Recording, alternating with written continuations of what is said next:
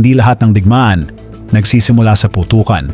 Minsan, nagsisimula ito sa isang fake news post, isang misteryosong pagkawala ng internet, isang barkong walang bandera, isang drone na walang umaaming may-ari, o isang hacker na kayang patayin ang buong power grid ng isang bansa nang walang isang bala.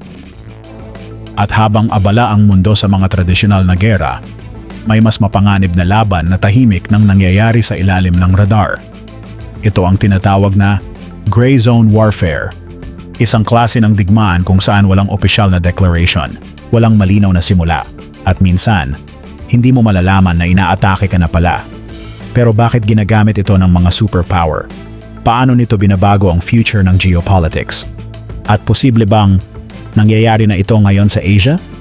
Dahil sa video na ito, aalamin natin ang pinakamapanganib na klase ng digmaan na halos hindi napapansin ng mundo. Pero bago po ang lahat, welcome sa Tan TV PH. At palike na rin ng video na ito dahil napakalaking bagay na ito sa aming mga content creators at mangyaring mag-comment sa baba kung taga saang lugar ka para malaman namin kung saan umaabot ang ating mga videos. Maraming salamat po. Kapag narinig natin ang salitang war, madalas pumapasok agad sa isip natin ang tanks, fighter jets, explosions, at sundalo. Pero nagbago na ang modernong digmaan. Dahil ngayon, ang pinaka-epektibong paraan para pahinain ng isang bansa ay hindi direktang atakihin ito, kundi manipulahin ito mula sa loob. Ito ang essence ng gray zone warfare. Isang strategy kung saan gumagamit ang mga bansa ng covert operations, propaganda, cyber attacks, economic pressure, espionage, at psychological manipulation para makontrol o pahinain ang kalaban nang hindi umaabot sa full-scale war. At bakit ito delikado? Dahil mahirap patunayan kung sino talaga ang umatake. Halimbawa, biglang nawala ng internet ang isang major city, nahack ang banking system, nagkaroon ng malawakang misinformation sa social media, may mga armadong civilian militias na biglang lumitaw, may mga barkong pumapasok sa disputed waters pero hindi military officially. At kapag tinanong kung sino ang may gawa, laging pareho ang sagot, hindi kami iyon. At dito nagiging komplikado ang lahat. Dahil sa international law, mahirap magdeklara ng gera kung walang malinaw na aggressor. Kaya ginagamit ito ng malalaking bansa para makakuha ng strategic advantage habang iniiwasan ang direct confrontation. Pero ang mas nakakatakot, hindi lang ito ginagawa ng isang bansa. Halos lahat ng major powers ngayon may sariling version ng gray zone tactics.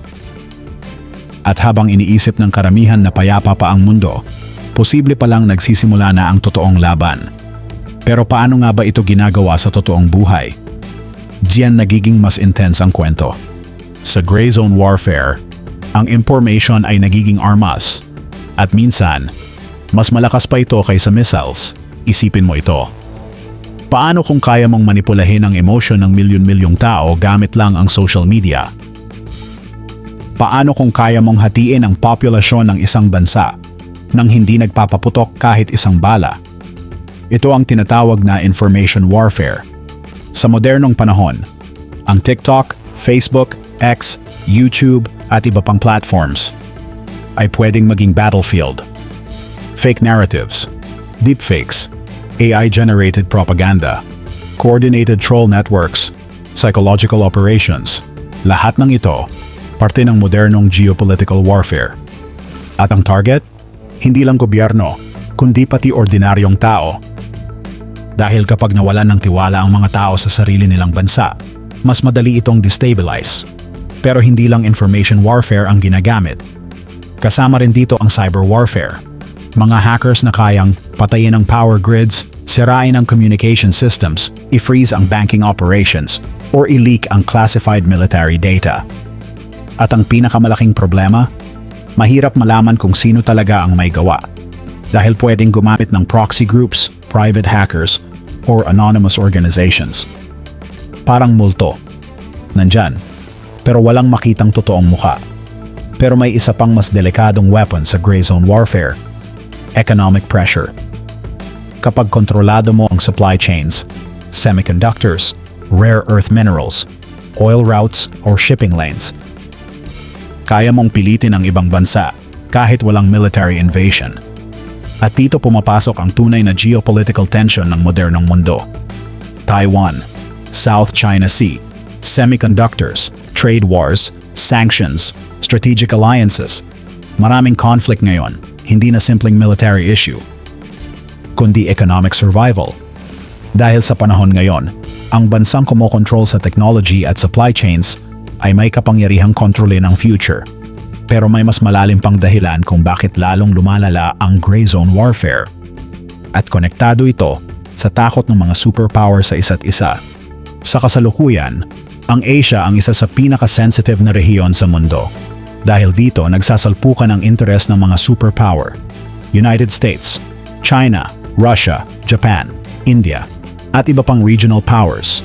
Pero imbes na direct ng gera, mas madalas nilang gamitin ang gray zone tactics. Bakit? Dahil alam nilang sobrang risky ng direct war. Lalo na sa panahon ng nuclear weapons. Kaya ang goal ngayon ay manalo ng hindi umaabot sa full-scale conflict. At isa sa pinakamalaking example nito ay ang tension sa Taiwan. Hindi pa officially nagkakagera, pero araw-araw may military drills, cyber intrusions, airspace incursions, economic pressure, at information campaigns.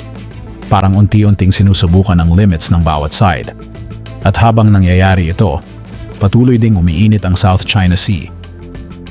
Mga barkong walang malinaw na military markings, Coast Guard confrontations, artificial islands, laser incidents, water cannon attacks, mga aksyong sapat para magpadala ng mensahe, pero hindi sapat para mag-trigger agad ng all-out war.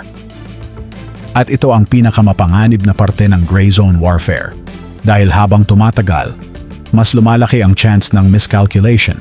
Isang maling galaw lang, isang aksidenteng putok, isang cyber attack na sumobra, at pwedeng magbago ang lahat. Kaya maraming defense analysts ngayon ang naniniwala na ang future wars ay hindi magsisimula sa malaking invasion, kundi sa maliit na incident na dahan-dahang lalala, pero may mas nakakagulat pang realidad. Dahil posible raw na maraming bansa ang hindi pa handa sa ganitong klase ng digmaan. Noong nakaraan, kapag may digmaan, madaling makita kung sino ang kalaban. Ngayon, pwedeng hacker group, pwedeng anonymous trolls, pwedeng economic sabotage, pwedeng AI disinformation campaign, pwedeng private military contractors, pwedeng civilian fishing fleets, pwedeng mga taong hindi mo man lang alam na connected pala sa isang foreign operation. At habang mas nagiging connected ang mundo, mas nagiging vulnerable ang bawat bansa. Internet, electricity, satellites, GPS, banking systems, AI infrastructure, supply chains, lahat ng ito pwedeng gawing target. At ang nakakatakot, hindi mo kailangan ng malaking army para makapagdulot ng malaking damage. Minsan, isang coordinated cyber operation lang, sapat na para magdulot ng national panic. Kaya maraming eksperto ngayon ang nagsasabing, ang next global conflict ay maaaring hindi katulad ng World War I o World War II. Walang giant battlefield, walang permanenteng front lines. Sa halip, ang buong mundo mismo ang magiging battlefield. Cellphone mo, internet mo, newsfeed mo, bank account mo, lahat pwedeng maapektuhan. At habang mabilis umuunlad ang artificial intelligence, mas lalong nagiging komplikado ang sitwasyon. Dahil sa future, maaaring hindi mo na malaman kung alin ang totoo at alin ang fake. AI-generated videos, voice cloning, synthetic propaganda, automated cyber attacks, isang bagong klase ng warfare na halos imposible ng kontrolin. At baka, nagsisimula na ito ngayon. Habang pinapanood mo ang video na ito. Gray zone warfare, isang digmaang tahimik, mahirap makita. Pero posibleng mas mapanganib kaysa traditional war dahil hindi nito kailangan ng malaking invasion para pahinain ang isang bansa. Unti-unti, tahimik, strategic. Hanggang sa isang araw, huli na ang lahat. At habang lalong umiinit ang geopolitical tension sa iba't ibang bahagi ng mundo, isang malaking tanong ang nananatili. Kapag nagsimula ang susunod na global conflict, makikilala pa ba natin ito bilang gera? O baka, nasa gitna na tayo nito nang hindi natin namamalayan Kung gusto mo pa ng mas malalalim na geopolitical at military analysis na ganito, subscribe at i-follow mo lang ang channel dahil sa modernong panahon, ang pinakamapanganib na laban ay iyong hindi mo nakikita.